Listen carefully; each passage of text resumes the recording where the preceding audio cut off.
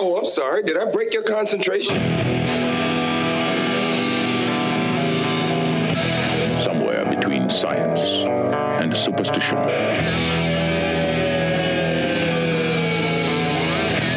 We have such sights to show you.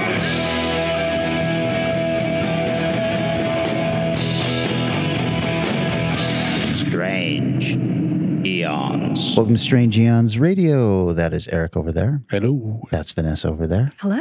Boy, guys, it's a blustery spring day here. Yes. I saw the trailer for the James Gunn. James Gunn Suicide Squad. Mm-hmm. And before seeing this, I was like, there's no possible way he can do King Shark better than they did on the Harley Quinn animated show. But it looks like he might have nailed him for this. It's like they might have taken a little bit of that show and gone, hey, let's make him more violent. Yeah. It did look like it. I didn't realize, I mean, I haven't read any of the comics, so I wasn't aware of the universe, but I didn't realize there were multiple Suicide Squad teams.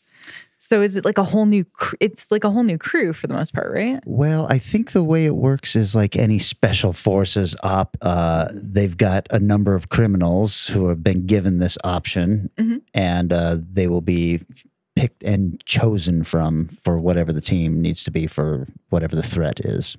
Okay, interesting. That's my guess. Yeah. I was never a fan of the comic book or anything like that. Me either. So. But this looked good. My thing is kind of like, you know what? I didn't see the original. I probably still won't. I'll just watch this one.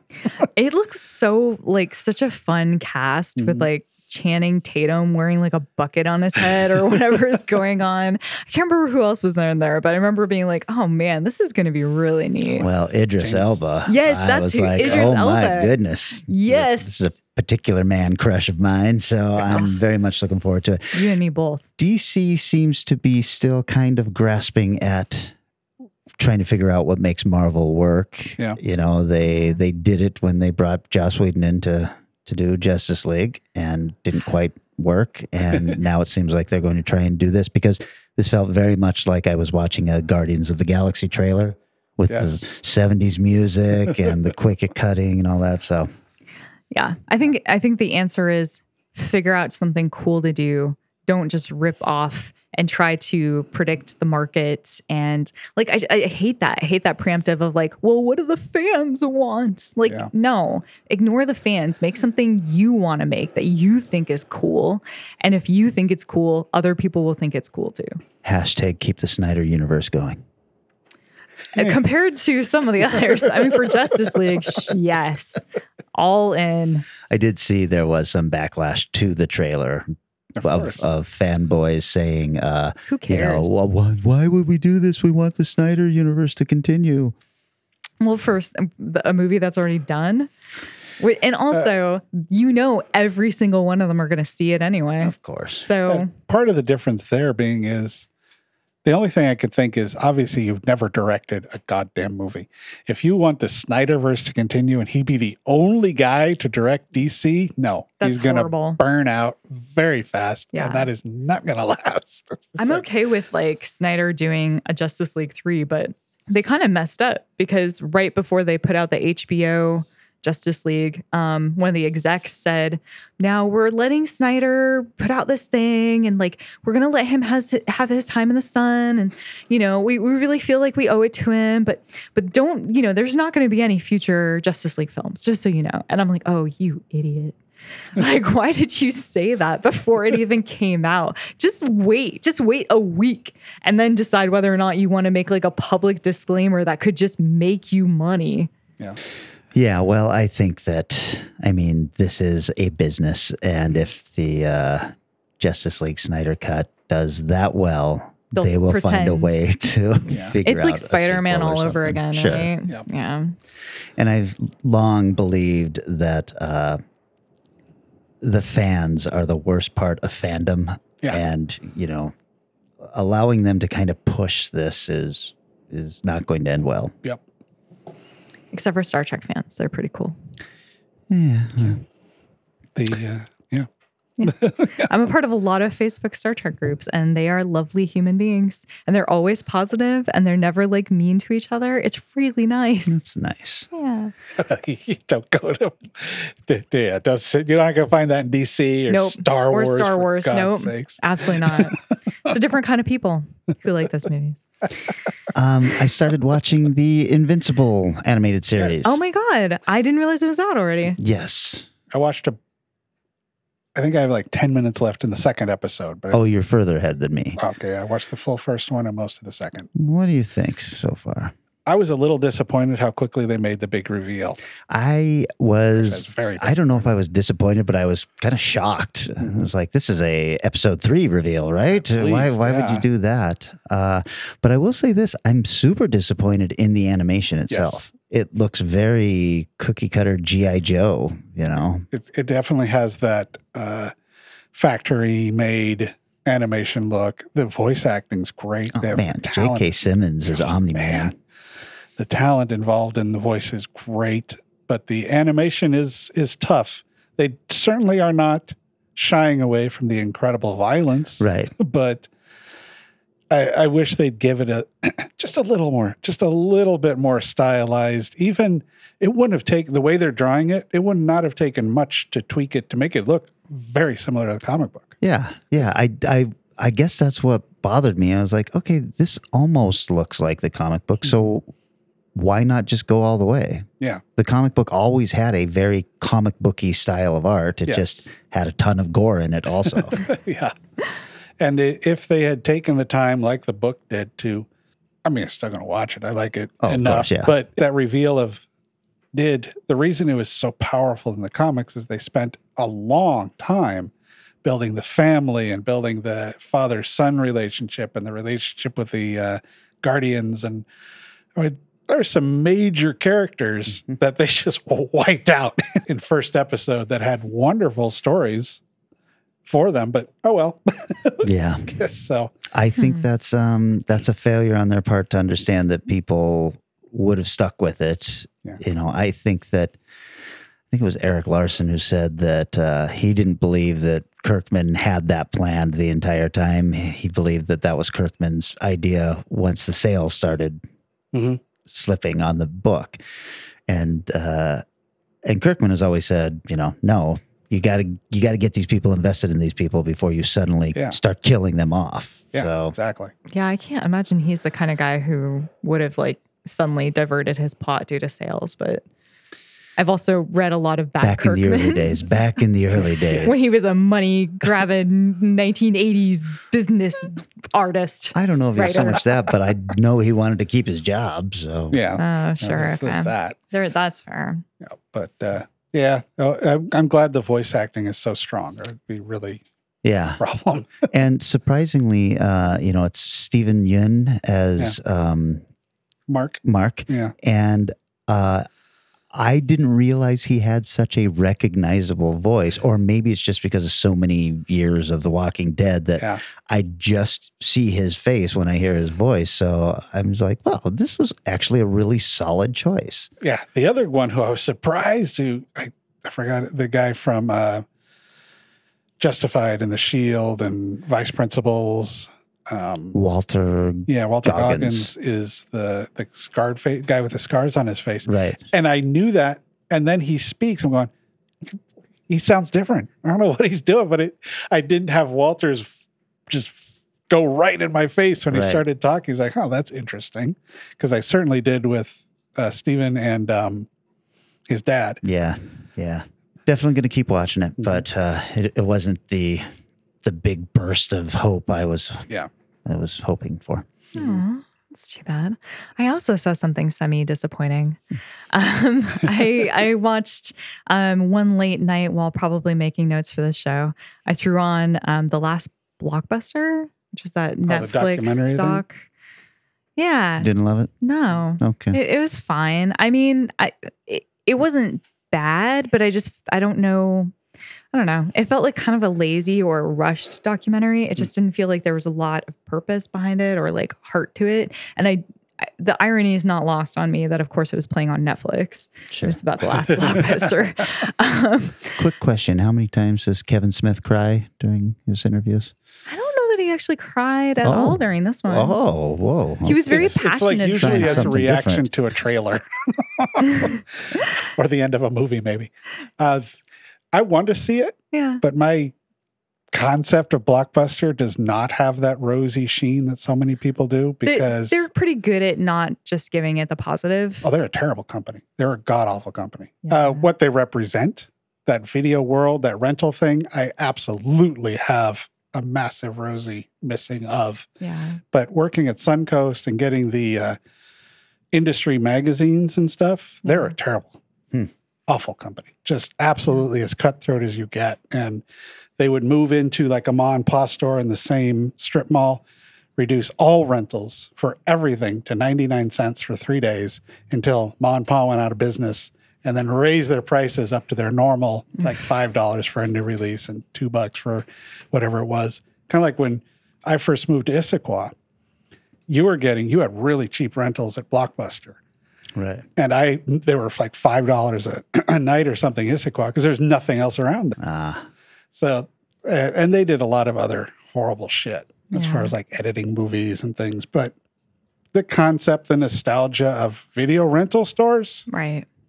luckily, my favorite one still exists, Oh, that's the great. Scarecrow. Oh, know. oh, sure, of course, Scarecrow. Yeah. Which is that officially like a nonprofit kind of Yeah, thing? they're basically Yeah. a museum now is how they're set up. Yeah. It's really smart. Very, very smart. It's a great way to go. I mean, I only went to Scarecrow. I've only been there once. Yeah. And it was like right before COVID, so I couldn't Yes. really participate in anything. But Of course, all of that being said, the last Blockbuster seemed like a really cool, fun store. and I will say that's actually what a lot of the heart of the movie hinges on is the last Blockbuster and the person who runs it and how it's been like it's this place that pretty much everyone in the town of Bend, Oregon has at one point or another worked at. And so they have like an annual like picnic where everybody who's part of the quote unquote Blockbuster family shows up and they close down and they have like handwritten signs and they made their own t-shirts and like she goes around and just drives to different stores to buy like as many of the new releases as she can and stocks it. It's this one woman who's really running it. So it feels like that thing that was the movie store lived. It's almost like a full circle. So Like it's like a ma and pa store. It's just 100%. It's like a decorated. family run. Like all her kids help run it. Like her kid, like who was I think like 5 or 6, they would put him in a little Blockbuster shirt and have him walk around and like say like, "Can I help you? Do you want help finding a rental?" So there was just that part is very sweet. It just feels a little bit random and scattered outside of it. I don't know what the main point. I don't know what the point of the movie is. There's a big difference between the franchises and the corporate run stores. The franchises were a lot of great rental stores. Yeah. And that's what they said is basically it was a rental store and then Blockbuster bought it, but it remained the thing that it was before. It just had new marketing on it. So yeah, it was That's fine. really cool. It was fine as Okay. a movie if you want to stay awake and just need something on. Then I recommend it. Ringing endorsement. Yes. Let's see. Well, I watched one called Bloodfest. Have you seen this one? I don't know. Shift gears. Bloodfest. I think I wrote that down right. It's a convention. It's a giant outdoor convention. Is this a doc? No. Okay. No. And it's the story starts off, and it's a guy who loves horror films, but his mother was murdered when he was very young, murdered in front of this is in the movie, is murdered in front of him, and his dad goes off the deep end and becomes like a satanic panic kind of guy who's just like, all horror movies are bad, everything about them is bad. But his mother, just before she died, was telling him, we watch these scary movies so we know we can handle them. So when real scary things happen, we've felt fear before. And it's kind of that setup. Yeah. And it was fun. It was it wasn't great. Well, something happens at this Oh yeah. convention then? Like Yeah, a the whole slasher thing's or- it starts off very quickly. They get into the fest and there's an opening stage show, and I'm watching this going, thinking, okay, anybody who likes Crypticon, we are never going to be able to afford to do anything similar to this, just so you know. But then all hell breaks loose because they pull up, can we bring up a couple of people from the audience? And they promptly kill them on stage. Holy crap. So half the people are going, and half the people are going, shit, that was real. And then it's the guys set up cameras all over the field, and they're just going to kill a bunch of people. And it's that kind of you can make it, if you know all the rules, you can escape alive. Oh, jeez. But it's fun. The biggest problem was the director is also one of the big actors. And this is a big movie. It's not big budget, but there's a lot going on. There's the control center where they're controlling all this stuff. There's the cabins and the stages. It is a very big movie. I think he might have been better served just directing it because it's pretty good, but it just needs a little push more, and I think he could have had something really, really good. What did you watch this on? Pretty sure it was Shudder. This sounds fun. I got to check this out. It is definitely fun. There's no doubt about that. There's a lot of over-the-top goofiness that some works, some doesn't, but it's all well worth watching. Cool. I rented a movie that just came out called Come True. Have you heard about this? No. It is about a girl who is suffering from these kind of recurring dreams of a dark figure in her dreams, and she it's starting to affect her life and everything. She's young, and she signs up for like a university sleep study, and she goes in there and they hook her up to this thing, and it gets into some science fiction-y shit where they can kind of see what she's dreaming, images on a screen and stuff like this. Oh. And they realize that everybody in the sleep study is having a dream of this dark figure with these kind of glowing eyes. And it's pretty dang creepy. It's really slow. The effects are minimal. The dream effects are pretty cool. You can clearly tell the difference between, it's not a Nightmare on Elm Street type of thing where you're like, am I dreaming? Is this real? It goes into like a different, almost like a fantasy world when she's dreaming. And I just thought it was really smartly written, well directed, very well acted. I didn't know any of these actors.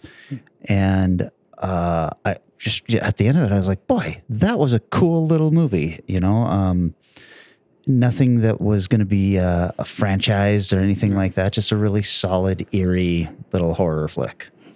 So that sounds cool. Well, last night, I saw the second episode of something that I can only assume we've all watched. Falcon and Dude, bro. Falcon and the Snowman. Arm dude. I'm never going to remember. Snowman. Yeah, and the Winter Snowman. I'm never going to remember the name of the show. I cannot get it to work in my head. But yeah, it's interesting because have you guys watched it? Yes. Okay. I do like that they already gave me a twist because I was like, at the end of episode 1, I was like, oh no. New Captain America that we don't know anything about. He's going to be a dick or evil or Hydra or whatever. And then it's just a really good guy who's like really kind of deserving to a certain extent of the title. And like he's a war hero and he has really good intentions and he just rings that like very similar Captain America vibe. Now, obviously we all know that he's not the one who should have this mantle, but I liked that as a twist more than what the twist would have been if it was like but he's evil. But maybe he could still be evil. Mm-hmm. Yeah, I mean, he is based on a character from the comics. Oh, is he? Oh, I know nothing. And I wouldn't say that he was evil, but he didn't exactly embody the attributes of Captain America that one would hope for. Huh. Yeah. Well, so far he has. It was nice they redesigned his helmet a little bit too. Yeah, I noticed that it looked better. His jaw was no longer squished. Yeah, into his face. Oh my God! Yeah, that helmet's awful. Big jaw. When he takes that helmet off, it's like, oh my. Yeah. No wonder that looked weird in that original Also, helmet. yeah, and he's such a handsome man. I mean, he looks so much like his dad, Kurt Russell. It's kind of ridiculous. It's ridiculous. You're like, oh, I can. Every time he like turns his head, I'm like, oh, it's Kurt. Every time anyone says anything about a Big Trouble in Little China reboot, I'm like, I don't, as much, I love The Rock. I don't want The Rock in that. I want Wyatt Russell awesome. in Yeah. that, and just playing the same character. Absolutely. That would be great. Yeah, and I His will say son. that therapy scene was pretty solid. I like this show a lot. Yeah. So I've got very high hopes for it. Yeah. And again, going back to the DC Marvel thing, the balls these producers have to do these mini series that are setting up phenomenally deep storylines for future movies and stuff is just great. Yeah. It's so cool. I'm glad they're not worried about, oh, wow, WandaVision was a big hit. We got to do a season 2. Like, no, that's what we did. It's done. It's done. We have that universe set up, and you'll find out more when you go to see Doctor Strange 2. Exactly. And I think Electric you were saying, Boogaloo. Eric, that they've got like 13 shows or something I saw set to come out. Something like that. They had planned up to 13 or 14 of these things. And I don't know if Yeah. it's these specifically like 8 episode things or if they're Right. doing other little things, but like, damn. It's crazy. Yeah, I remember when they did the guy who came up on the stage and was like, and we've got this coming and this coming. I was like, oh my God, take a breath, sir. This is like a lot. I'm glad because I'm bored, but whoa. Well, and they're, we've been saying this, they're doing it right, and DC continues to do it wrong because there was no reason why Titans couldn't have somehow been connected to the Justice League universe. Part of my complaint of Cyborg in Zack Snyder's film is that he's not nearly as good as the Cyborg in Doom Patrol. It's just his effects are way better. Yeah, the guy who plays him in Doom Patrol is fantastic. He seems to have read the comic, which Zach clearly has not. Right. And kind of Cyborg is kind of powerful in that movie. It's like Cyborg can do like anything he wants, basically. he set him up basically as the most powerful person in the DC universe. Yeah. Yeah. Well, I saw one a little different again. Yeah. I watched, I showed her short film, The Stylist, at CryptoCon 2 years ago. So I was like, well, let's check out the feature on Arrow. Right. Ooh. Available for sponsorship here. Come on, Arrow. We love you. I would love some free Arrow movies to just watch and talk about. It's pretty good. It's Same story. So how do they? I believe the first like few minutes are the short, basically reshot. Okay. But strong acting, really good stuff, incredibly deep character with the stylist and her confusion in the world and trying to get along as a person. What's the premise of this? She is a serial killer that is a hairstylist that drugs and scalps people that she's styling their hair. Oh God. And then she's got like a collection in her basement of hair that she occasionally puts on So it's kind of a reimagining to a certain extent of Maniac. Sort of, but she's a lot deeper character. Yeah.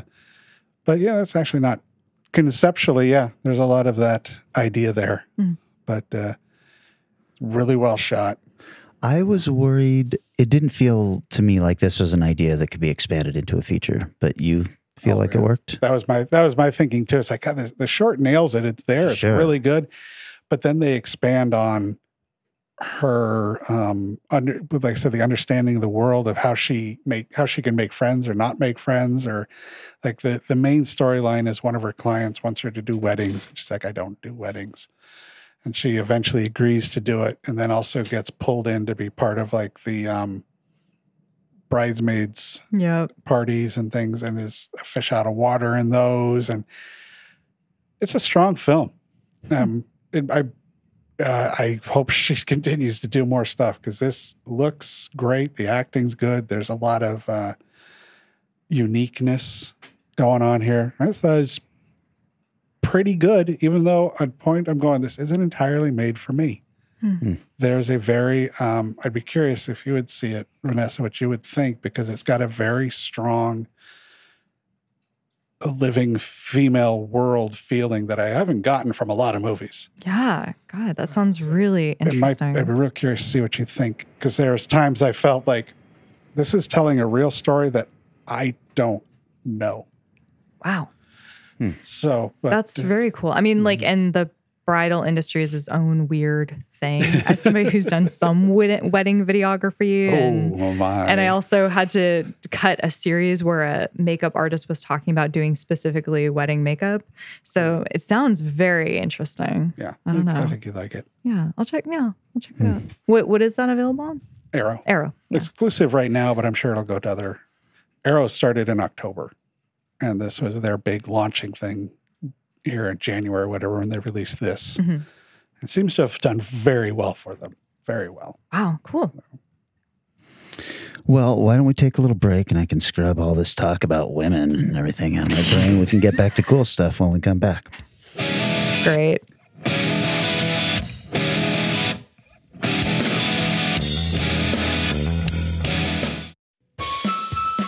She's my Cabbage Patch snack time kid. She really loves to snack. Wow, she really chews. Eating her is so much fun. Your banana's all gone. Let me feed her.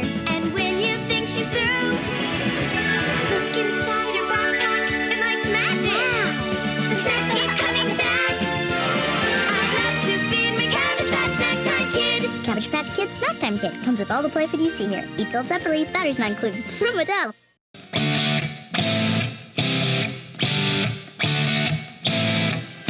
And we're back. Eric, this was your topic choice. By golly, yes, it is. And got a returning director here, Alex de la Iglesia, who I talked about for The Day of the Beast in episode 73, The Devil You Say? Oh. Ah. And he also directed The Last Circus, Witching and Bitching, and the very good 30 Coins. Right. Ah. Witching and Bitching is a great movie with a bad title. Yes. I've just started getting into 30 Coins. So it's pretty So good. good. Very good. So far, so good. Jesus. It's crazy. I was kind of like, well, this is fun. It's a little weird, but then I heard he was the director. I'm going, okay, makes perfect sense now. He's just a little off. If you've seen any of those films I listed.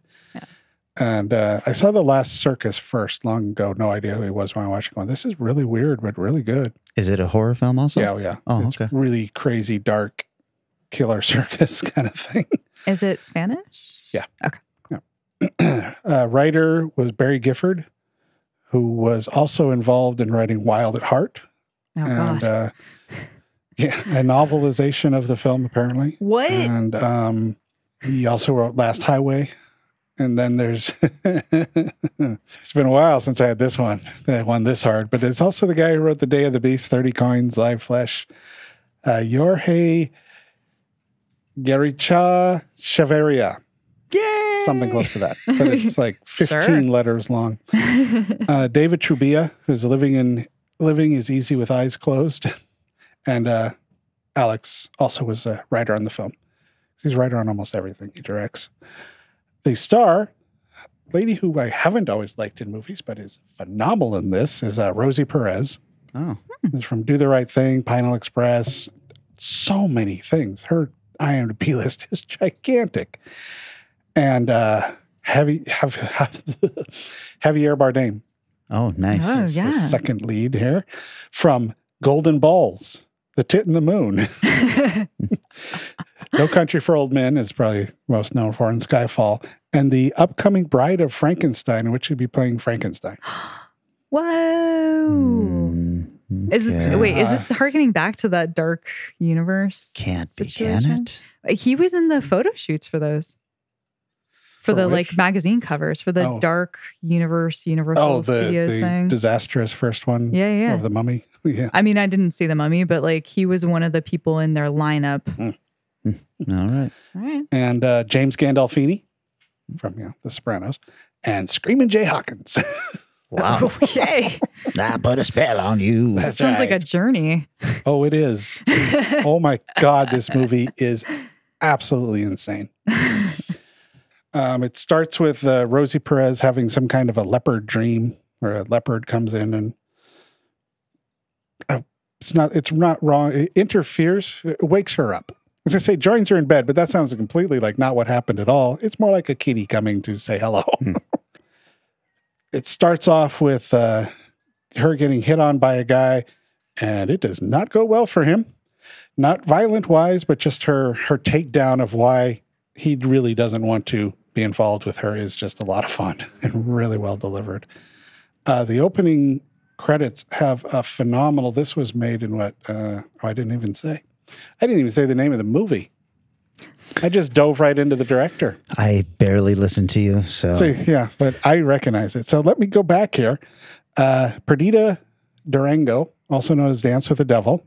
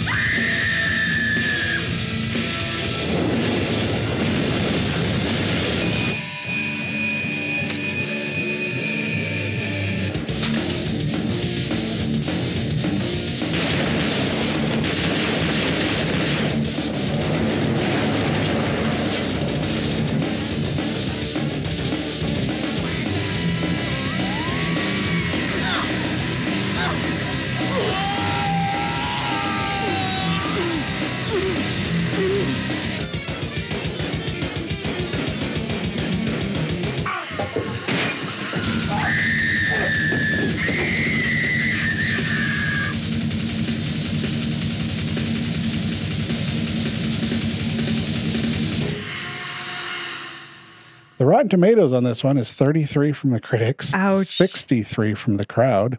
Oh. Made for 4.2 million euro. And you probably don't have a BO.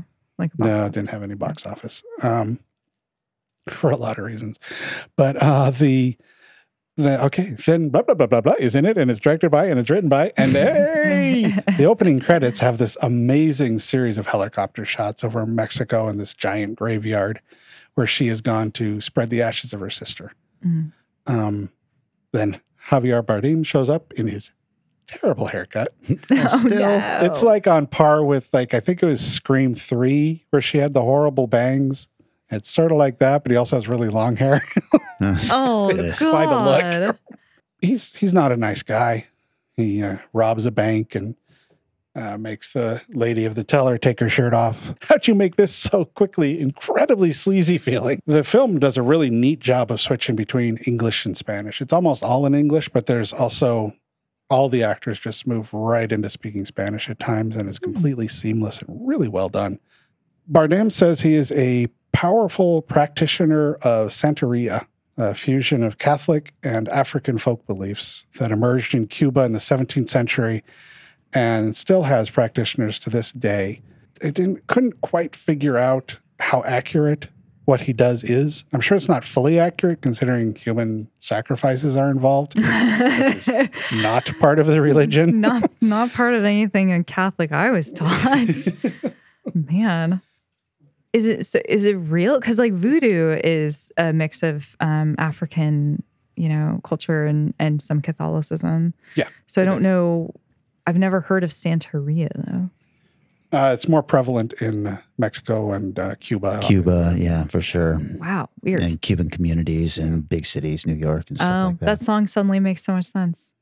I don't practice Santeria. Oh, What I just thought it was a beer. I don't know. I don't know. I was in high school. Vanessa, never change. Yeah, no shit. That was awesome. Oh, and the film came out in 1997. Perfect timing. Let's see. They do, part of how he raises his money other than robbing banks is he performs versions of Santeria rituals for tourists. And they're crazy. The first one he does, he's got a body that he's stolen from a graveyard, and he's chopping legs off the body and arms and spitting blood in the face of the people that are watching it and all this. I mean, it is, whoa. And James Gandolfini shows up with a video camera trying to videotape everything that's going on. Is this something like, why is he filming it? You don't know yet. Oh, okay. Gotcha. Yep. It's just, and 97, is that pre-Sopranos or right around in Sopranos? Right around. Yeah, it's pretty close. So he wasn't really a household face yet. I don't know. You would have recognized him right away. But so now they're setting up the other couple in the movie. Then they go to a family, a white family with absolutely every inch of their furniture covered in plastic, and the dad's using some purchased on TV exercise gear. I think it was called the Crossbow or something like that. Oh, yeah. And wife is very bizarre, and they are as Aryan as you could get. Both the guy who's picking the girl up and the daughter are both blonde hair, blue eyes as you can get. So they head on out for their supposed evening of fun. Meanwhile, Javier and Rosie have got this plan to kidnap someone, and because he's got a giant job coming up where he is going to drive illegal fetuses to Nevada, to Las Vegas for makeup companies. Okay. So it's such a big job, he feels he needs a human sacrifice to make sure it goes well. And they show a little bit about how he gets away with stuff, like he uses his religion to cross the border at one point, and they've got the stolen body and a whole bunch of cash, like $20,000 in cash, sitting in the back seat with a blanket over it. And he says a prayer and puts their version of prayer beads over the body, and the border guy's just like looks at it like a flashlight. Okay, good, go on. So it's part of his thinking that his religion keeps us safe, and this is such a big job. He's got to find somebody to do a big ritual with. Javier there's some strange backstory. I'm not entirely certain why it's here, because it's written like it's Rosie's movie, but Javier's got more backstory going on, and he's featured a little bit more. So it's an uncomfortable balance to who's the lead in this, which works really well in some scenes and really doesn't work at other times.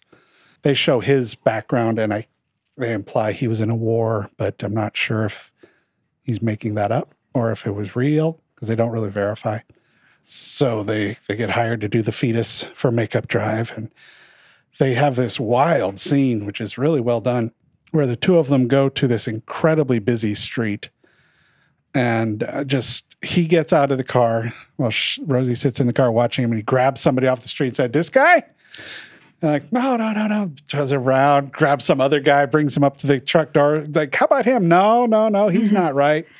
And she eventually gets annoyed with him picking all the wrong people. So she goes out and grabs that guy from earlier, the young blonde guy, and his girlfriend. So they're the ones that got picked out of the crowd, and they just drag them screaming in terror, all these people standing around watching what's going on, not doing anything, but it works. It doesn't feel like, somebody would do something to stop them. It feels like, nobody wants to fuck with these two.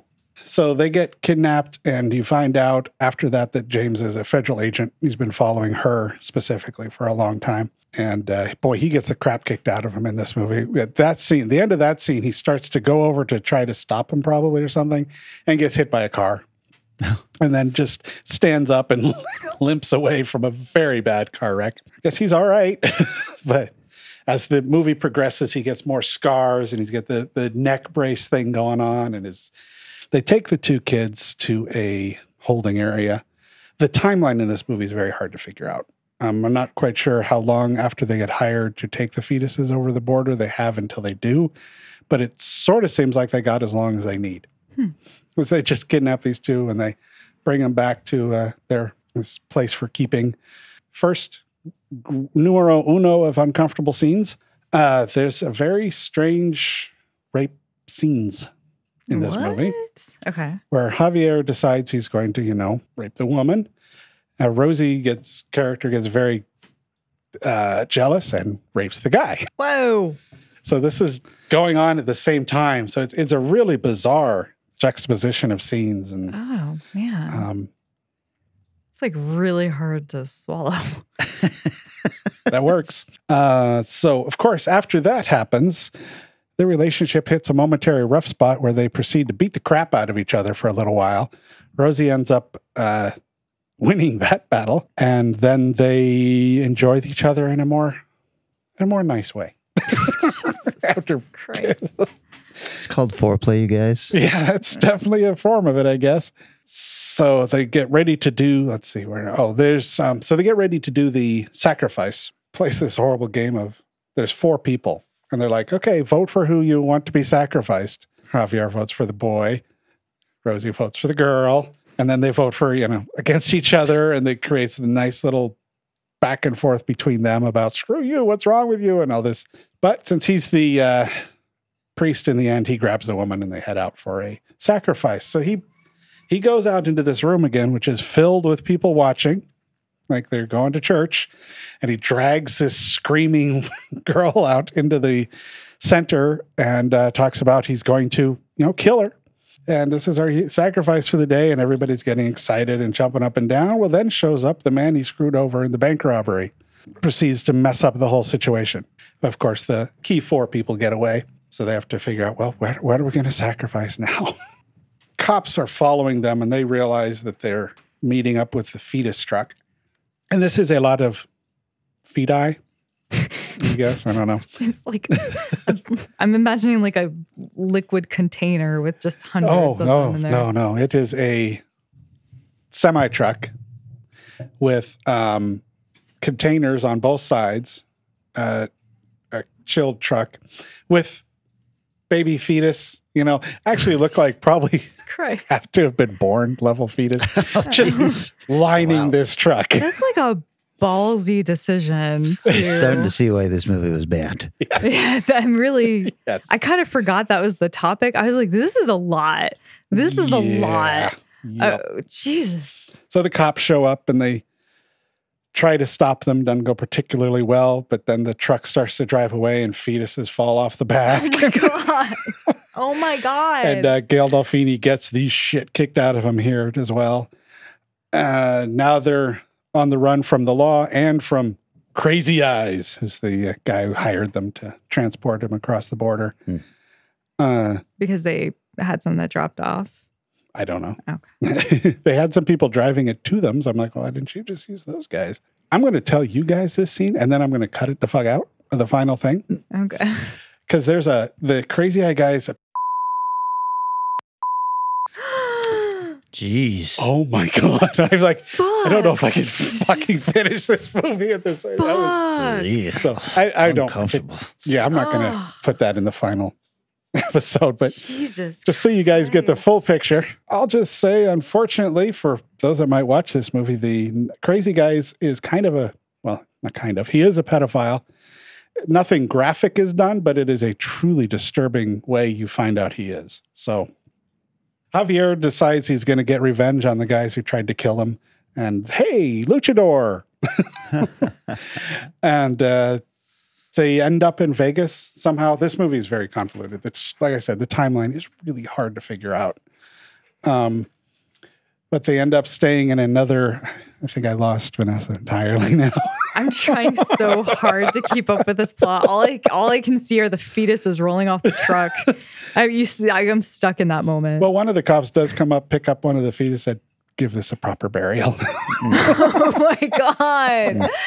None of this is better. The whole time, the father has been searching for his daughter who's kidnapped, and she shows up behind him, and he looks around. Oh my God, it's her! Starts to walk over, gets hit by a car.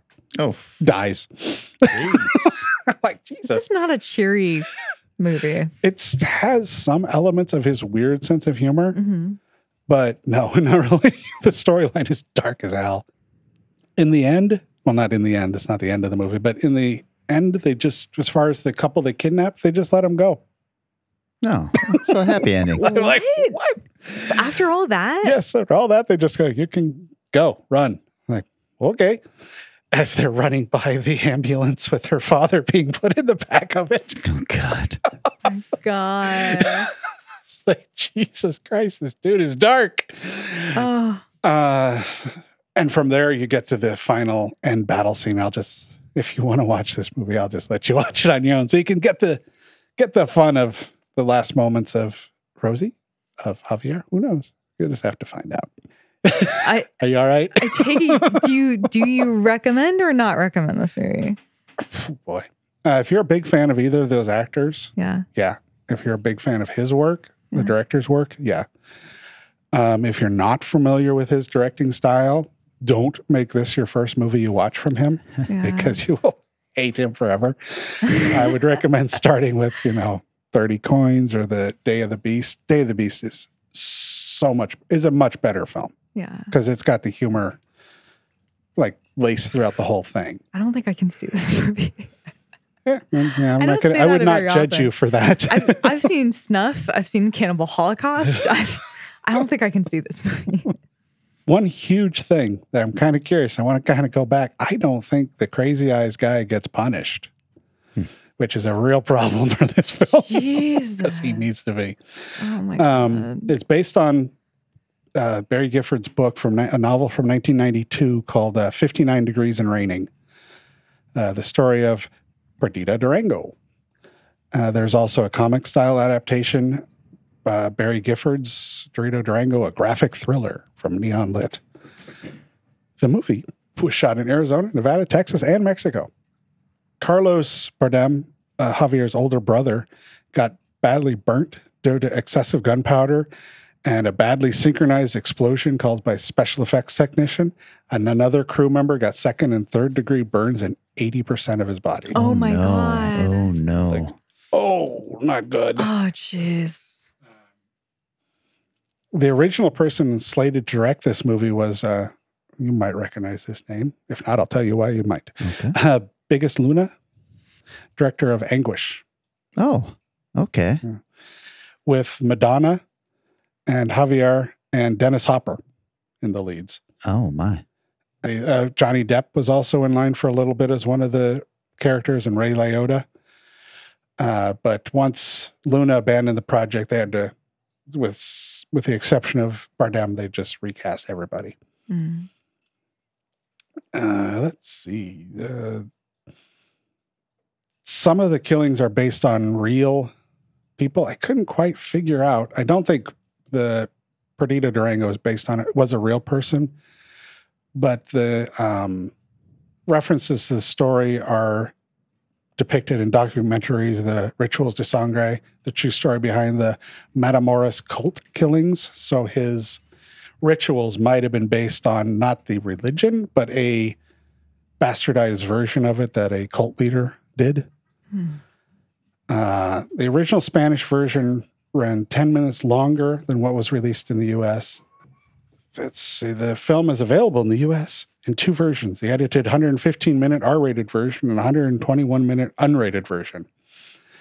Not anymore. Severin released the entire director's cut, which I think is like 3 or 4 minutes longer. The title character, Perdita, makes some kind of an appearance in Wild at Heart, originally played by Isabella Rossellini. Okay. And here's a fun one. An Amazon 1-star review. Oh, God. Phil said this movie is so violent and so evil. It's for those who love sex, drugs, etc. Children must beware of. Okay. That's an understatement.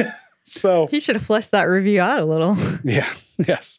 So as far as, some of the horrifying, deeply, deeply nasty films like we've talked about before, this does not fully hit there. It's not like after watching Salo or something like that, I felt physically ill. Yeah. There are moments in this one that I felt kind of like, ugh. But the two leads are so charismatic and they're so interesting on screen. Yeah. If this was played by a couple really good actors who we didn't know, I think it would have been a very different feeling, and it might have been really, really, really dark. But since you know these two actors and you're comfortable with them, that relaxes the feeling of the film overall. But yeah, it's a dark one. I see why it was banned. It actually was only banned. Its full version. I found a loophole. Because once I saw who the director was, I wanted to watch this film. I'm not sure that was the right idea now that I've watched it. But from the period of 1997 to 2006, I believe, every film that was released in America, which this one was released in America, even a shorter one, was banned in Afghanistan. Oh, weird. So that was its banning. It wasn't, it was cut instead of purely banned from the US and stuff, but it was banned in Afghanistan. That's shocking to me because they're so progressive. I'm not going to touch that at all. So my movie, I picked something out that I wasn't sure if I'd watched or not. I feel like I saw it when I was like in film school or doing film studies or something, but I don't think I was super paying attention to it, or like I just didn't have I don't have the sight I have now for films. I didn't have the understanding or the appreciation. So I picked the 2000 movie Battle Royale.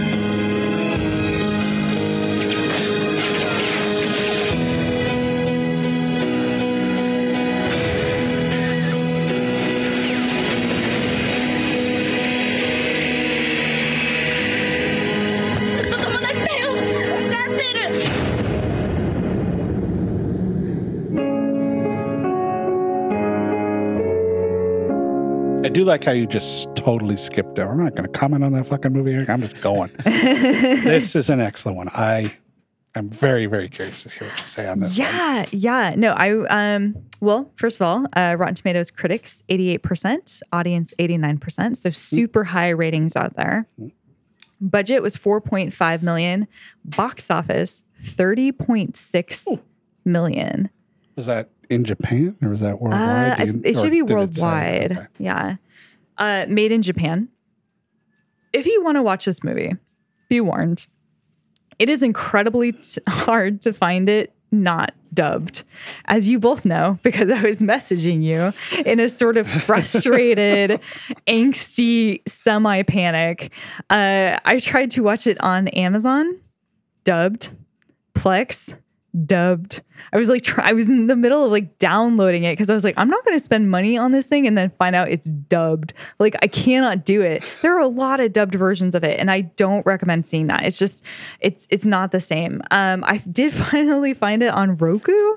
They had a subbed version, so that was great.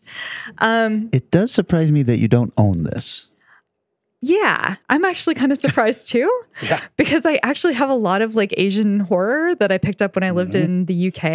And I actually had to look through my list of movies I own and be like, I guess I don't have this. And now I think I've got 3 versions. I think I've got 2. Yeah. And Anchor Bay, it's finally in the US. It took a long time to get here, but Anchor Bay released it. I don't know who else has released it aside from Arrow in the UK. But I don't know whose versions I have. I don't have either of those. Yeah, if you have a good one, let me know. I'd be interested. So beware if you're trying to find this movie. If you're trying to stream this movie, I'm sure if you buy it, you're fine. Directed by King Fukasaka. He's done 68 titles. He actually died in 2003, right around the time that Battle Royale 2 was being filmed. I think he managed to make one scene, beat Takeshi before he passed away. It's based on Battle Royale by Kushan Takami. It was published in 1999, which I'll get more into later. Music by Masamichi Amano. Starring... So I'm going to try my best, guys. Tatsuya Fujiwara, who plays Shuya, who is in Battle Royale 2 and Death Note from 2006. So he is our male lead. Aki Meiro plays Noriko, who's been in 75 things, including Battle Royale 2, and she's a voice in The Cat Returns. Takashimi Kitano, a.k.a. Bito Takashi, who is one of my favorite actors of all fucking time. And this movie, oh my God, he's so good in it. He's so good. He plays Kitano Sensei. And when I was looking through his credits, I realized like a lot of times he's either playing a character called Takeshi or Kitano. And I was like, is this just like a thing with him? He's like, I'm just going to play people who have my name and we'll just go with it. Like, you guys, just whatever character you came up with, forget it.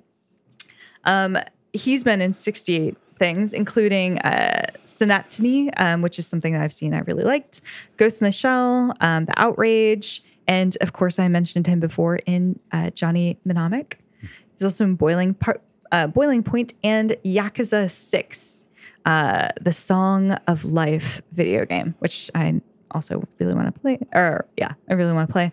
And he actually originally studied to be an engineer, but was thrown out of school for his rebellious behavior. I love it.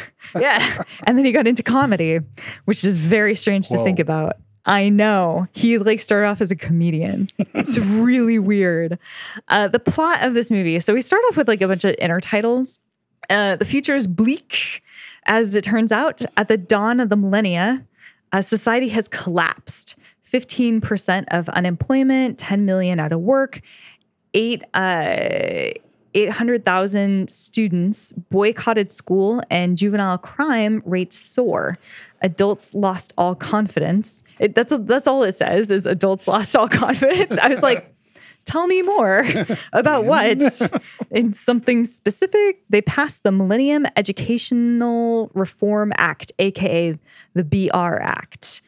This basically equates to once a year, they have an annual sort of a event / show / they don't get super into the details behind this. They give you hints as to what's going on, but it seems like a sort of Big Brother-esque aired or at least publicly known about competition where a class is chosen out of Japan and they're sent to a small island and only one can survive. They have 3 days to murder each other. And if they don't end up with just one person, then they have special necklaces that go off and they're all beheaded. So you better go ahead and kill your classmates because that's just how it's going to roll. I don't know how this solves the problem in mass. I had a little problem with that. I was like, how is this helping crime rate overall and like getting students to go to school because that's your problem? But that's fine. I'm not going to worry about it. So we open on this empty classroom and Mr. Kitano, beat Takeshi, is standing in there alone. Young, sweet Noriko, who's our kind of female lead, arrives for class and apologizes for being late. She's extremely sweet, very like cute little Japanese middle school kid. And Kitano points to the board where it says, written in Japanese, class is taking a day off because they want to. Sincerely, Class B. He looks very sad and basically, without a word, leaves. And she's like, oh, okay, I guess class isn't happening. He leaves the classroom, and while walking down the hall, Nobu, who's one of his students, runs past him with a knife, a switchblade, and slashes his kind of ass, basically, the top of his leg / bottom of his butt, with a knife and runs off. Kitano looks sort of at him and then sort of turns. There's a hallway, like middle school kind of sink just in there, and he looks at everyone's like, okay, go back to class. He starts washing the blood off his leg, getting back to business. And Noriko just kind of stands there in shock, staring. Years later, a graduation trip for Class B. So they're all much older now. I was a little confused because I kept finding references saying that they're now all in middle school, but they look like seniors in high school. Yeah. It feels like a senior high school sort of like trip. the Grease thing, where they're supposed to be middle schoolers, but it doesn't feel like it and didn't quite read like it. And I get the harrowing concept of if they are middle schoolers, but I think it works just as well by being high school like age, just from a visual standpoint. So they're all on a bus. They're all much older. We're really focused on a different lead now. So we're in the world of Shuya. He's there with his best friend Nobu, who we just seen slicing and dicing, beat Takeshi a moment ago, and his crush, Noriko. So they're all hanging out. I mean, it's definitely like a very happy, celebratory mood. They're like sharing cookies and they're taking photos and they're just goofing off. And the teacher in the back obviously loves his students. He's goofing around with them and playing games with like a bunch of the girls in the back, like some card game. And as they drive along, they see all these military vehicles they're passing by. It seems a little strange. And then they go in this tunnel. And then we wake up with Shuya, and everyone on the bus is passed out, and except for the driver and a strange woman at the front who has a gas mask. They see that he's woken up. They walk over the back with a nice pipe, hit him on the head, and he's out again. So wake up again in this sort of strange, empty classroom with like desks kind of toppled over and just a weird setup. Everyone's kind of just been thrown in there, like chucked in there while they were still asleep. And the door opens and the military shows up with Mr. Katano, beat Takeshi. Basically, he kind of walks in. He's like, hey, everybody, how's it going? He remembers everyone's names. He's clearly like one of those teachers that's like, oh, yeah, I remember this class and blah, blah, blah. And he's now kind of in like a tracksuit. So it looks like he's switched over to like gym teaching or something. And he informs them that they have been selected. And he is there to kind of give them the rules and explain to them the battle royale. And of course, he puts in this cassette video VHS tape on this like big CRTV, and it's got this extremely peppy like Japanese lady in a like crop top with like a military helmet on, going, "Hello, this is what you're gonna get up to today." Just telling them you have 3 days to complete it, and she's very upbeat. If not, this special collar will explode your head. Ooh, so you better make it count. And then they're each given like a bag, and in the bag they've got some food and some water and a weapon of some kind. And if you're lucky, maybe you'll get one of the guns. And if you're not, you might get something very useless. And we start to realize that this is serious, like very serious, when some girls are whispering, and beat Takeshi's like, stop whispering, please. And they don't. And so he just throws a knife into the forehead of one of the girls. And we get a countdown. It says like 41 left to go. It says the name of the student who's dead. Then, of course, he sees Nobu there, and Nobu's acting out and starts trying to rush him. He's like, you can't do this to us. And he slashes Nobu's butt in the same way that he was slashed. And then he's like, I can just see that you are never going to change. You're never going to improve. You've learned nothing.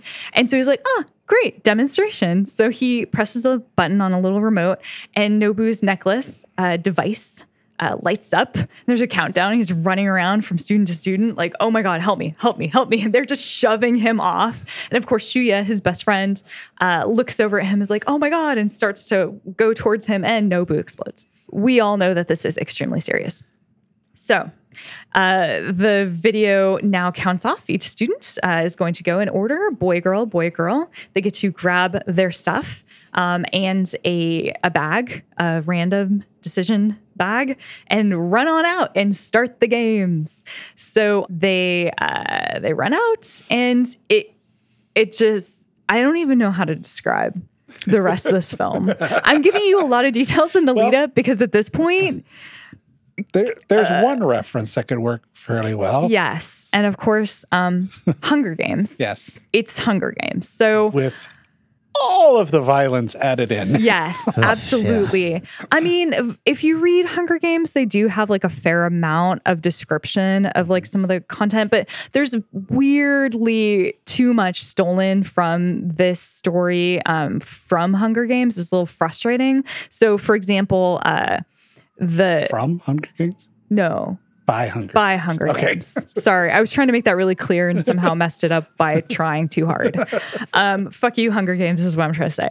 Okay. Yeah, let's make that very clear. So, for example, like they have these little maps in this like plastic sleeve. It's so Japanese. It's so cute on like these lanyards around their neck just to make it, easy. They have a little pen so they can mark off sections of the map, and it's almost like playing Battleship where they're like E1, F 6, and between the hours of such and such and such and such are a hazard zone. And so they have to like keep up with it and cross off sections and make sure they're not in that zone because otherwise their heads will be exploded.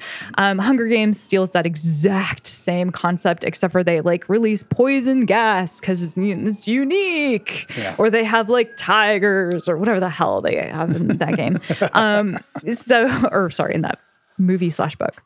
Just to give you a little bit of detail, because I feel like this film just needs to be seen to be understood fully. So we're following around Noriko and Shuya. They kind of join forces, and we're seeing a lot of this through their lens as they're trying to survive the chaos. But as soon as the students like run out, they've got two transfer students, quote unquote, one of whom is a psycho and one of whom is a winner of a previous year, just to mix things up and make it exciting. Yeah. Ringers. Oh my God, total ringers. It's so funny too, because at one point, one of them gets a bag and runs out, and then he comes back in, chucks the bag down, grabs another bag, and he said, "This one's mine," and runs back out because he didn't like the weapon that was in there. Just so good. So as soon as they start running out, of course, the psycho kid is like ready to get action going. And one of the other ones, they're so haphazard. Like they're such kids. They're just like, this one kid is like, I have a bow and arrow, and starts trying to shoot people, but he doesn't know what he's doing. And then the other kid's like, no, and like runs at him, and then accidentally ends up with this like thing in his hand that goes off and kills the other kid. And he's like, like I don't know, I guess I killed somebody. So the numbers just start like going, and we get this like awesome head count that we keep cutting to. And often the head count, it's like a black screen, and it usually has like a quote from like whoever just died. And sometimes it's the thing they just said a second ago. And sometimes it's just something that they like wrote in a yearbook or said to a friend. It's these nice little kind of wrap ups of like, this one's gone. This is who they were. Occasionally you get these really neat flashbacks from the dead students that either explain what you just saw or what you're going to see, which I think is especially nice. So you see, for example, one of the students, in fact, our female lead, Noriko, was super bullied and like was locked in the bathroom by some girls, and like had some really mean things like said to her. And like later she runs into one of those girls in the woods, and it's clear that this girl's going to try to kill her because she's not a nice person. But Noriko's like, "Hi, how's it going? We're friends, right? Oh, like, I hope you're well." And it's just, it has this great mix of like upbeat and sort of funny, but really, really harrowing murder. Yeah. Lots of blood, gore, murderousness. Yes. I mean, not as much, like you're not seeing guts flying everywhere, but you're seeing enough that you're like, whoa. Except for maybe like I think they're in the all the girls group. where they were all together and Yeah. decided they weren't going to be able to work together. Yeah. Like, Well, Jesus. that was crazy. Yeah. So exactly, there's these great vignettes that we're getting that explain kind of how all these people end up dying. Like there's a couple of different people who have lovers pacts. So to, jump off a cliff together holding hands. And then you get like a group of girls who are at the lighthouse. So there's all these little locations around the island that people are kind of taking over. And in the lighthouse, it's a group of like fun girl friends who are working together and they're besties and they've known each other forever and they're going to make it through. And then one thing happens, like one small thing. And then it just becomes a fucking bloodbath. And everyone's neuroses and nerves and like hyper, like female, like middle schoolness just comes to a boil. And they're like, yeah, I never trusted you anywhere. You cheated on that test and I never said anything. And why would you do this to me? And this one's like, calm down, everybody. We're supposed to work together. Oh my God. It's just so great. And then you have another, like on the other side of the island, you have some boys who've gotten together and one's a hacker. So he's like trying to hack into the devices and they're trying to build bombs so they can fight back. And you just have all these little things happening all over the island. But the way that it's structured, you're never lost. You're never confused. You never feel like just, like who's this person? I don't care about them. You care about kind of everybody, even the worst people. By the end, you really are like invested in who's got what going on. And then to top it off, you keep kind of flashing back over to the military base with Beat Takeshi. And oh my God, it's so good. He's just like bored and like laying on the couch. And then he starts this painting that has like all the different students as they're killing each other, the way they're killing each other. It's really bad. It's a really badly done little art portrait that he's got going on.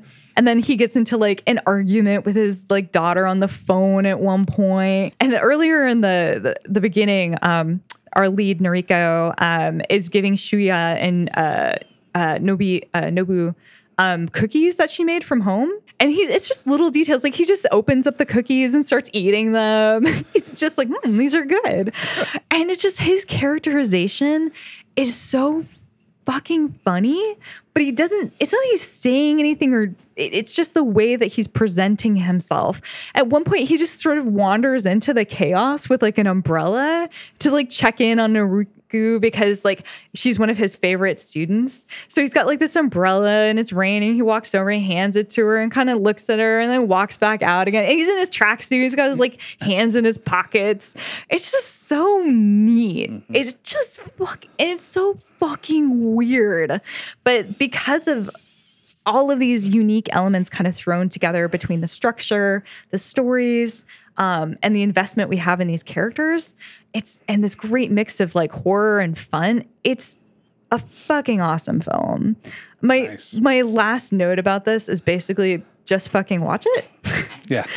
But I don't want to say anything really too detailed about like there's a lot going on in this movie. There's a lot of twists and turns and different people have different endings from what you think are going to be. And I just think you got to check it out. The things I like about it, all the stuff I just said. Plus it's like this mix of like Carrie with this strange, like sort of romantic, like romantic-y sort of music and shots and design and like melodrama, but then like meeting Apocalypse Now with just like also classical music and war machines and like bombs and explode. It's crazy. It's laid out just in such a unique, interesting way that the flow is constant. I love the dipping in and out of memories so that we learn who people are.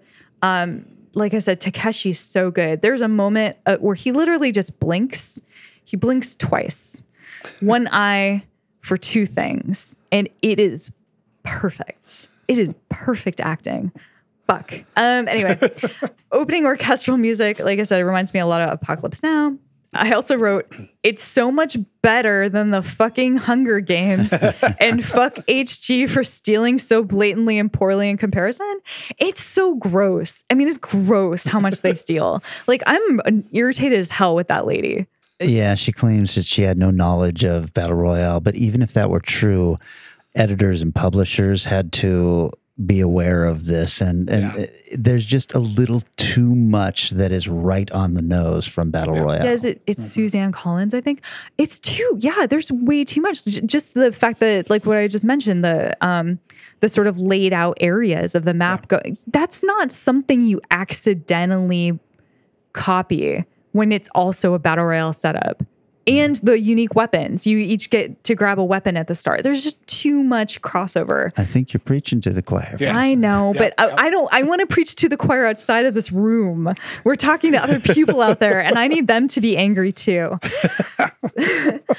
One other thing I want to mention is Alice in Borderland actually feels like a really solid companion piece to this. It does have like a lot of nods and probably a fair amount of borrowing, but I feel like it's a really nice idea of kind of an extended universe of this setup. It's not the same world, but it feels like it almost could be. Dislikes, nothing. I wish Arrow had done a US release. That's what I wrote. A few fun bits of trivia for you guys.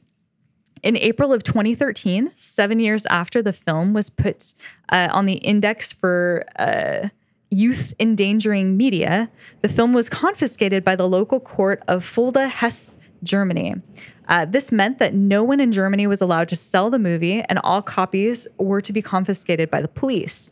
Cape Light, the German license holder, appealed the ruling, and in October of 2013, the court revoked its ruling. As of February 2017, the movie is no longer confiscated nor on the index, which is when I think they wrote this note. The movie is also banned in South Korea, TV. Due to graphic violence scenes. I don't know if that means you can somehow get it. Otherwise, you probably can.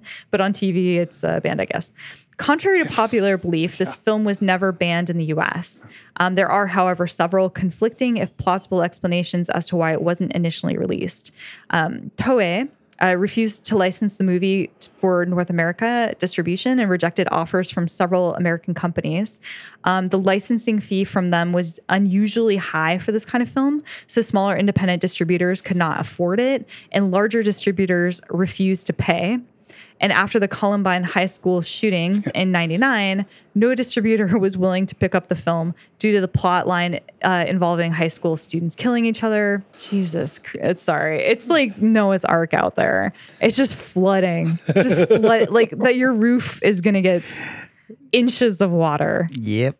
Wow. Good times. I'm glad we're not done. Anchor Bay acquired it in 2010. And Battle Royale, the book by Kushan Takami, was rejected in the final round of a 1997 literary competition, the Japan Grand Prix horror novel, due to its controversial content, which I think is weird for a horror competition. When published in 1999, it went on to become a bestseller, and 1 year later made it into both a manga and feature film. Since Battle Royale, Takami has not released any work. Well, that's interesting. Yeah. He only ever wrote that one thing. Many members of the Japanese parliament tried to get the novel banned, but to no avail. That's a hard word to say. When it was released, they attempted to also ban it. Both efforts resulted in the novel and film becoming an even more successful, as people bought the book and went to the movie to see what the fuss was about. There you go. Roughly 6,000 actors auditioned for the film, Jesus. which was narrowed down to 800 potential cast members. The finalists were subjected to a 6-month period of physical fitness training under supervision of the director, Kinji Fukasaku, who eventually cast 42 out of the 800.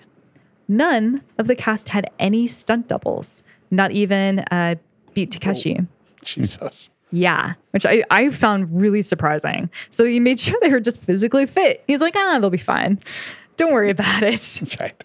The painting of all this. Kill him at the end anyway. So. Exactly. Yeah. They just have to lay there, really. No one has to run over like rocky crevasses or slip on things or end up swimming in water. It's fine. The painting of all the students was actually done by Takeshi. Oh, that's funny. It's so good. The actress, Chaiki Kiruyama, who plays Takoko, which I didn't mention. There's a zillion people in this. Was cast as Gogo Yubari in Kill Bill Volume 1 because Quentin Tarantino was such a huge fan of this film. The director also started work on a sequel, Battle Royale 2, in 2003 before succumbing to prostate cancer. He had only shot one scene for the follow-up movie with the Takeshi when he died. The film was completed by his son, Kenta Fukasaka, who dedicated it to his father, which I have not seen, but is it any good? No. Oh. It is unfortunately not very good at all. Okay, well, I won't see it then. That's a bummer. Yeah. An American remake had been in development. I believe it actually did come out since the early 2000s, and producer Ray Lee reportedly obtained the rights in 2006. After release of The Hunger Games in 2012, Lee stated the project had been canceled because audiences would see it as just a copy of the games. Most of them wouldn't know that Battle Royale came first. It's unfair, but that's reality. 10 years after its release, the film was formatted to 3D. There you go. Jeez. I love this movie. Yeah. It is weird, and I think that's why I love it, because it's certainly not something that you should feel good about watching a bunch of school kids murder each other. Yeah. It is so, I don't know. I think my expectations were like, it's going to be some crazy bloodbath, like over the top, crazy Asian horror film. And it's like just fun and like well written, well cast. It just is a neat, unique work. Mm-hmm. And I think it's one of my favorite films now. A testament to all those young actors too, because you're looking at a cast of, 25 kids, all with black hair, all in school uniforms, all about the same age. Yeah. And you're able to tell the difference between all of them. Oh, completely. They all have really interesting and unique personalities. Absolutely. Absolutely. And like a couple of them change clothing, but not very many. Most of them remain in their school uniforms. So it is just, I think it also helps that there's so much melodrama that's being played into. Sure. Yeah. That's like really the smart directorial way to go with this. If you have a bunch of young actors, just like lean into it and be like, yeah, just scream like crazy. You'll be fine. There is a Blu-ray available, the complete collection. It's only $22. It's the first two movies plus a bunch of extras, but you can just use the one as a coaster. Eric, were you able to find a subtitled version of that on Prime? Yeah, I was. What? Are you sure it wasn't the 2012 version? That's the 2012 version, dude. What do you mean 2012? It wasn't remade, right? No, this was remastered and released in 2012. Oh, I thought there was a remake. Characters. Look close at the actors. I know, but when I was looking, I didn't know what they looked like. Yeah, but now you do. Okay, because I kept finding that and being like, well, great. I don't want to watch some dumb American remake or reboot. I thought it was a reboot. I didn't. Okay, well, that explains that. Yep. Now I've got the novel, I've got the manga, I've read both. To end, the best version of the story is probably the manga, but that's like 25 volumes long. It's huge. Whoa, that's cool. So every character gets massive background and all that. It's got more detail than the novel. Wow. But this is a hell of a movie. I think it's fantastic. Hunger Games didn't bother me too much just because I said, okay, whatever. I know. And I'd already seen 12 years, 15 years earlier or whatever. It's like, yep, somebody had to rip it off at some point, I guess. Yeah. It would be nice if it was a little better ripped off. I think I was just frustrated because like I read Hunger Games. I watched all of them. Like I love teen movies. It's just has some special place in my heart. But I don't know. I felt cheated. I felt cheated when I watched this. I felt like I was lied to because I felt like, oh yeah, like they're ripping off the concept of Battle Royale and that is everywhere. And then I was like, oh my God, she's really plagiarizing some shit here. And by the third book, there's a few more details she got in there, but not enough for me to feel good about it. No, the world around was fairly original, but the battle itself was just like, Jesus. Yeah. It's like the Battle Royale with none of the violence. Right. It's like you just talk about the areas in, I don't know. Yeah, the world, like you said, was a little more splashed out. All right. Good choice, Vanessa. Hell of a movie. Yeah, so Kelly, I'm stoked to hear what you picked out. Well, I picked out the winner. I don't know. Depends on how you define winner. I might have cheated a little bit, but I can defend that. All right. I picked from 1978, the Star Wars Holiday Special. Hey, CBS, Friday, blast off to a galaxy far, far away. It's the Star Wars Holiday Special, starring all your Star Wars favorites. Will Chewbacca get home to his planet in time for the big Wookiee holiday celebration? Watch and find out. Then on Flying High, the girls put it on and take it off. You know what? What? I don't think either one of us is going to get much sleep tonight. Join us for a Far Out Friday, beginning at 8, 7 Central and Mountain. You're on. Tomorrow on CBS. Okay. Budget of $1 million. You know this played Seriously? on TV, right? Yes. Okay. Just want to check. That really? That much? Budget of $1 million. Box Wow. office, none, because Well, Rotten Tomatoes, the critics have it at 27%. The audience has it at 19%. Solid. Audiences. It was directed by Steve Binder, who directed such specials as the Barry Manilow special, Wow. the Mac Davis special, and Elvis 68, the comeback special, Oh, well, Nice. that one did and well. just tons and tons of episodes of other variety shows. It was written by Rod Warren, who wrote episodes of Donnie and Marie, the Donna Summer special, Cher, God. Bette Midler, Neil Diamond specials. Also Bruce Valanche, who you would know from the Paul Lynde Halloween special and every Academy Awards since 1991. Oh, jeez. And Pat Proft, who would go on to write Police Academy, Real Genius, the Naked Gun movies, and 42 other credits. Jeez. It stars Mark Hamill, heavily made up and looking nothing like himself, best known for Corvette Summer. Harrison Ford from the movie Cowboys and Aliens. And Carrie Fisher, who you might remember from Under the Rainbow. Hey. And a cast of thousands, including B. Arthur, Art Carney, Harvey Korman, Diane Carroll, and Jefferson Starship. Wow. My God. So this is a variety show special wrapped up in Star Wars bullshit. I've never seen this, so I'm very excited to hear you. Well, it is a very tough movie to find. Yeah. There's a reason you've never seen it. So it starts with Chewbacca and Han Solo in the Millennium Falcon, in footage from Star Wars, Sure. escaping from 2 Imperial Star Destroyers. And they are running late on the way to Chewie's home and family on Kashyyyk. Han lets him know that he won't let him down, and they'll make it in time for the Life Day celebration, which is basically Thanksgiving. Oh. Then we go to Kashyyyk, where we meet Chewie's family. His wife, Mala, who looks just like him, but with softer eyes. Oh. His son, Lumpy, who is an annoying little fucker who can't even be bothered to do the dishes. And his father or father-in-law, Itchy, if you can believe it, who is apparently the Grandpa Simpson of Wookiees. And Mala calls up the screen on their little counter there, and she gets Luke Skywalker on the screen, who doesn't even look like himself from all the makeup he has to hide the plastic surgery, because this was right after he had that near-fatal car crash. Oh, sure. They write that off in the beginning of Empire Strikes Back by having him attacked by the Wookiee, and he gets his face clawed off, and then we see, and that's why he looks so different between A New Hope and Empire Strikes Back. Let me just also say this. The opening scene of this is the Wookiees talking to each other in Wookiee speak Okay, that was for my first about question. 9 minutes Oh my God. and no subtitles. What? So it's just and shit like this.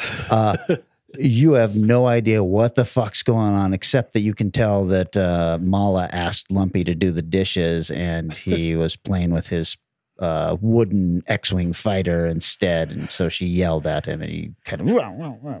Oh my God. This is. Yeah, it's almost unbearable. It sounds really bad. So Mala has called up Luke to see if he's heard from Chewie, and he kind of blows her off because he's working on an engine with R2. And you are getting variety level humor in these scenes. Like he's trying to talk to her, but R2 keeps doing something on the engine and steam keeps shooting up into his face. Stuff like this. It's a Is there a painful- laugh track? No, but that might have helped. I don't know. Cut to footage from Star Wars of Darth Vader Oh, walking God. down the Death Star, and he's ordering a system-wide search for the rebels. And this is James Earl Jones giving new dialogue, but using footage from the film. Darth is on the hunt for the rebels still. Remember, there's been nothing but the first Star Wars movie when this comes out. So he's on the hunt for the rebels. We're not exactly told where he is, but it's footage of him walking on the Death Star. So I guess we're just supposed to believe that all of their stuff looks like that because they blew up the Death Star at the end, right? So then it comes back to Chewie's family. Mala contacts a traitor on the planet, Sean Dan, who is dealing with an Imperial trooper, and he gives her kind of code through the screen to let her know that he knows Chewie is on his way, but he's been detained. But he's saying this in kind of a cryptic way so that the Imperial officer he's talking to doesn't understand. It's so heavy-handed that anybody there would be like, is this code for something? I'm just assuming this is all canon, right? Yeah, of course. So he tells her, relax, get the food ready for Life Day and all this stuff. So remember, this is a variety show. So Mala pulls up on the screen basically a Julia Childs android played by Harvey Korman, who teaches her how to make a new plate. It is called, let me see, I got it here, Bantha Surprise. Oh my God. Oh my God. In a bit that has I bet the Bantha was surprised. 0 laughs. Then Sean Dan, the traitor, who is played by Art Carney, he arrives at the Wookiee household. Now, we have seen this household as a painting by the great, who was the artist that did all the concept art for... I know who you mean, but I don't know. Man, his name is escaping me. I'm sure that... I can see the front of his book. Yeah, everybody is yelling at me right now. They're listening. But we've seen their home, and their home is these gigantic, elaborate tree houses, and the trees on Kashyyyk are hundreds of feet tall, so they're way up in the air. So he shows up. Yes, Ralph McQuarrie, thank you. He shows up, and he's got when I did my research, it's called a mind evaporator, which he gives to Itchy, and... Vanessa, you have to watch this for this soft porn that gets put on that Itchy is watching. Soft porn. No, that's what makes it grosser. It's a human woman. It's Diane Carroll, and I'm not sure why he's so attracted to her, but it is clearly interspecies bestiality. Next on the Star Wars Holiday Special. Oh my God. Then he's okay. Well, he's jerking off to that. The view screen pops up and Mala turns it on, and it is a clearly coked up Princess Leia and C-3PO Beautiful. asking if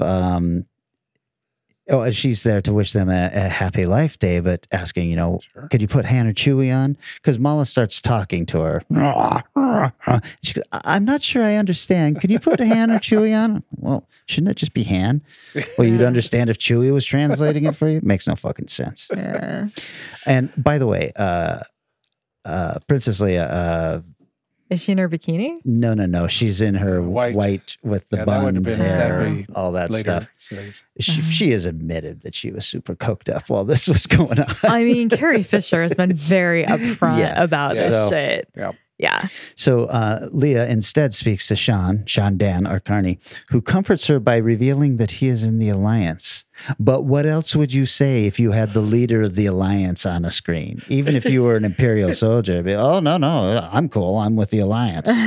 Still, she is smoking hot. So of course, all that coke kept her real fun. Yeah. So the Imperial officers show up and they inspect the home and question the whereabouts of the absent Wookiee because they've got the consensus there and they're like, all right, there's supposed to be a male Wookiee here. Where is he? To distract them, Sean plays a hologram of Jefferson Starship performing a song. I don't know when you're going to lose me, but I feel like I don't know if it was that already happened. I don't feel so bad about my pick anymore. Yeah. What song does Jefferson Starship? It's a B-side song. No. I'm guessing that they I actually like the song, but I'm guessing the only reason they were grabbed for this is because they have Starship in their name. Of course. So that sucks. Meanwhile, the Imperial stormtroopers are looking for like any sign of rebel influence in this big tree house and everything. Okay. And it's making the son very uncomfortable. So to calm her son down, Mala puts on the screen an animated story. Now, this is the gem of this show, and it is the only reason to ever search this out. Is there is a 10-minute animated sequence in it.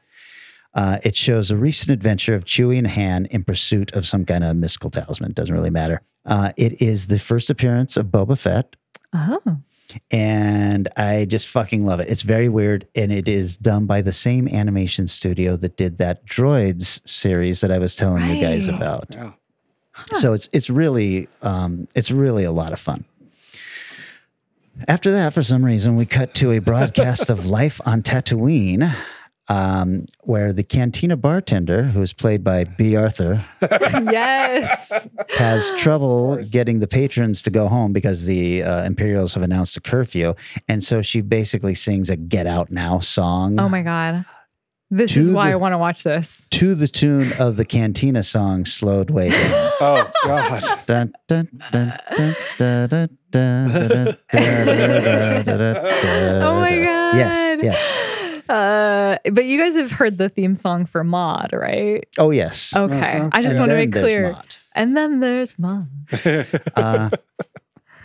So back on Kashyyyk, the stormtroopers leave, but they leave one trooper there to wait for the missing male Wookiee that's supposed to be in the house, which is when Han and Chewie show up and toss him over the railing to the ground several hundred feet below. Sure. And we get the Wilhelm scream when he goes over, which is nice.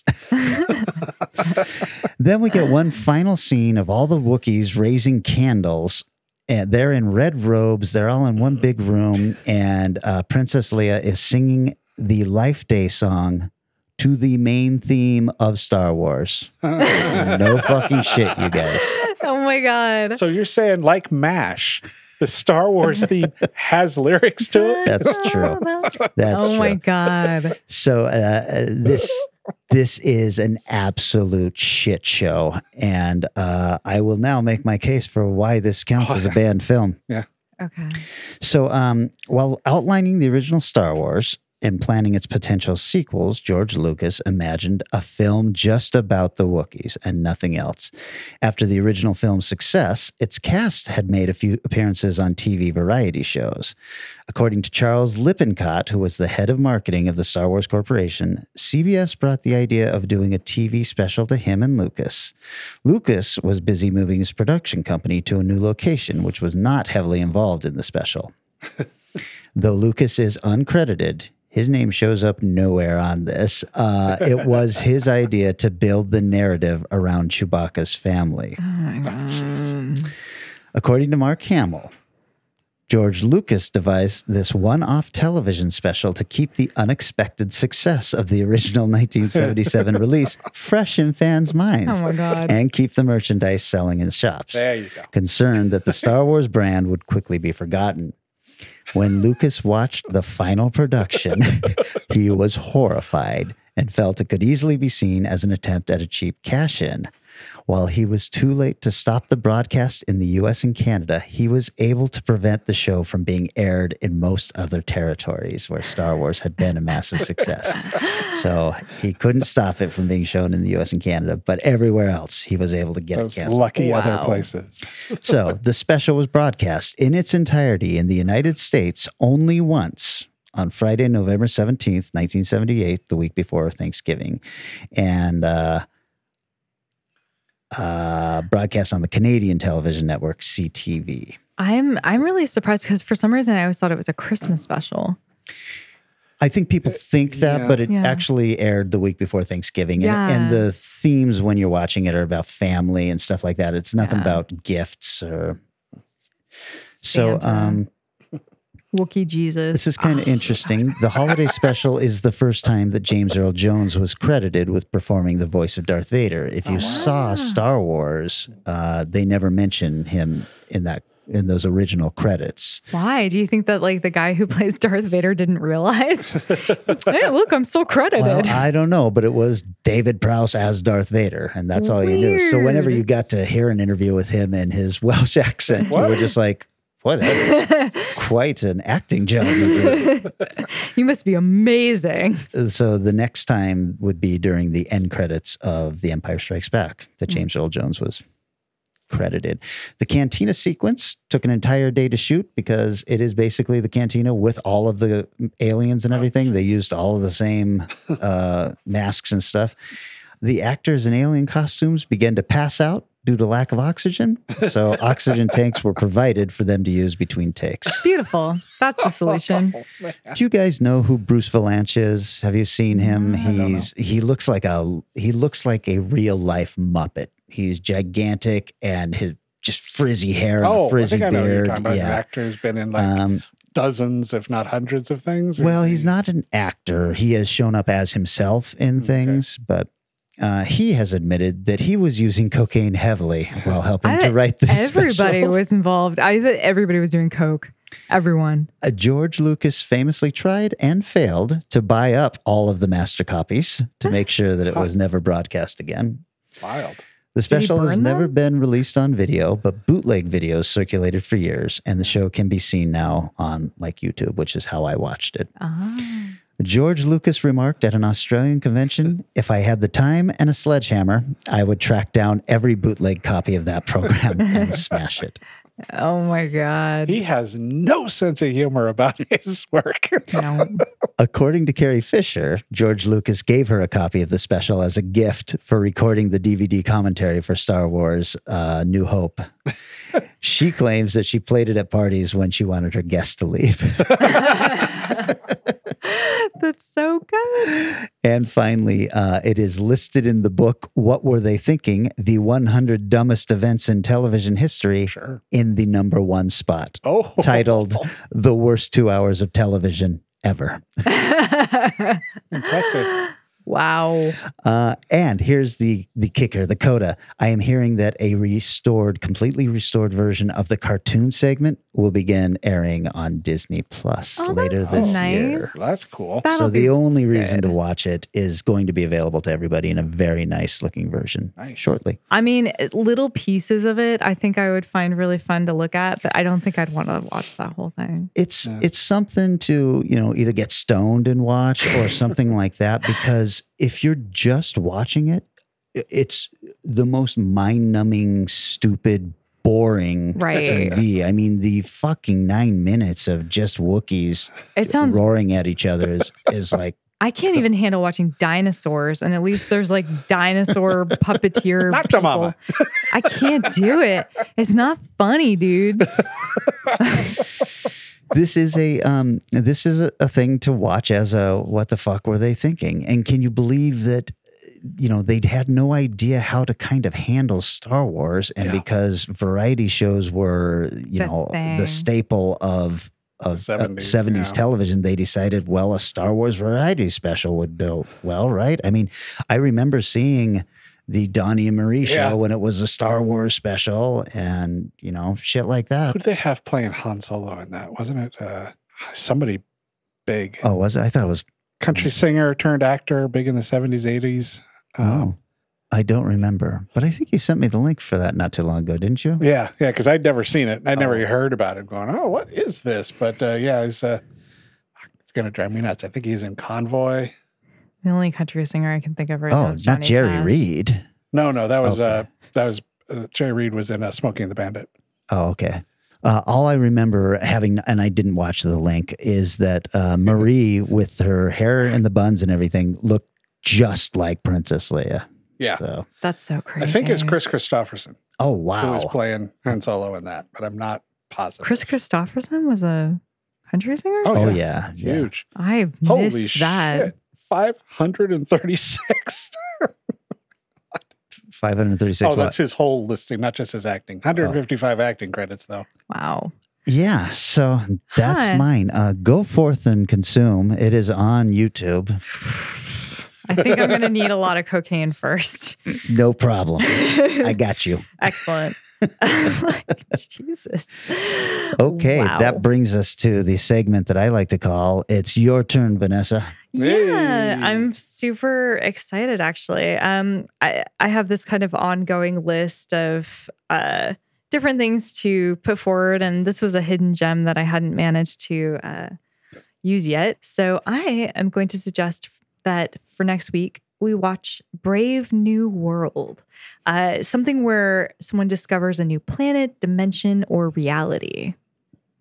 Okay, I like this. Mm-hmm. I feel like we're going to get into more sci-fi territory with this. I think that that's definitely an area that it can head to. Although, Event Horizon. Sure. Sure. Yeah. So I think the thing that kind of we did that one. I meant as an example. I think the inspiration slightly came from things like Sliders and, so yeah, go forth. Like the world is open for this Brave New World. All right. So that's everybody's homework. As usual, thanks so much. Yes. Really loving the value for value model that's going on. Yeah. And Micah, I think we'll have a little surprise for you next week too. Dun, So dun, dun. Everyone tell a friend, text your buddy, say, hey, listen to these weirdos talk about whatever movie you might like that they talk about. Our whole catalog's still available. So yeah, for a short time. yeah. Is it? Maybe. I don't know. Who knows? Oh, okay. I was like, it's something I don't know? We'll do the Disney model, develop scarcity, like they used to do it. Like, yeah. Put it in the vault. We should put them all on cassettes and only give out certain ones per year. This is episode 102. Limited time, guys. If you buy in the next 3 years, then you got it. Otherwise, it's gone. I love it. And I love you guys. And I love all you guys listening. So thank you so much. And we will see you in 1 week. See you then. Our show is recorded somewhere high above Naval Station Everett at the nexus of all realities and is engineered and produced by Eric Morgret. Our theme music is Strange Aeons Part 1 by the band Nightshade and is used with permission. Find Strange Aeons Radio on Facebook, Twitter, and Instagram, and wherever fine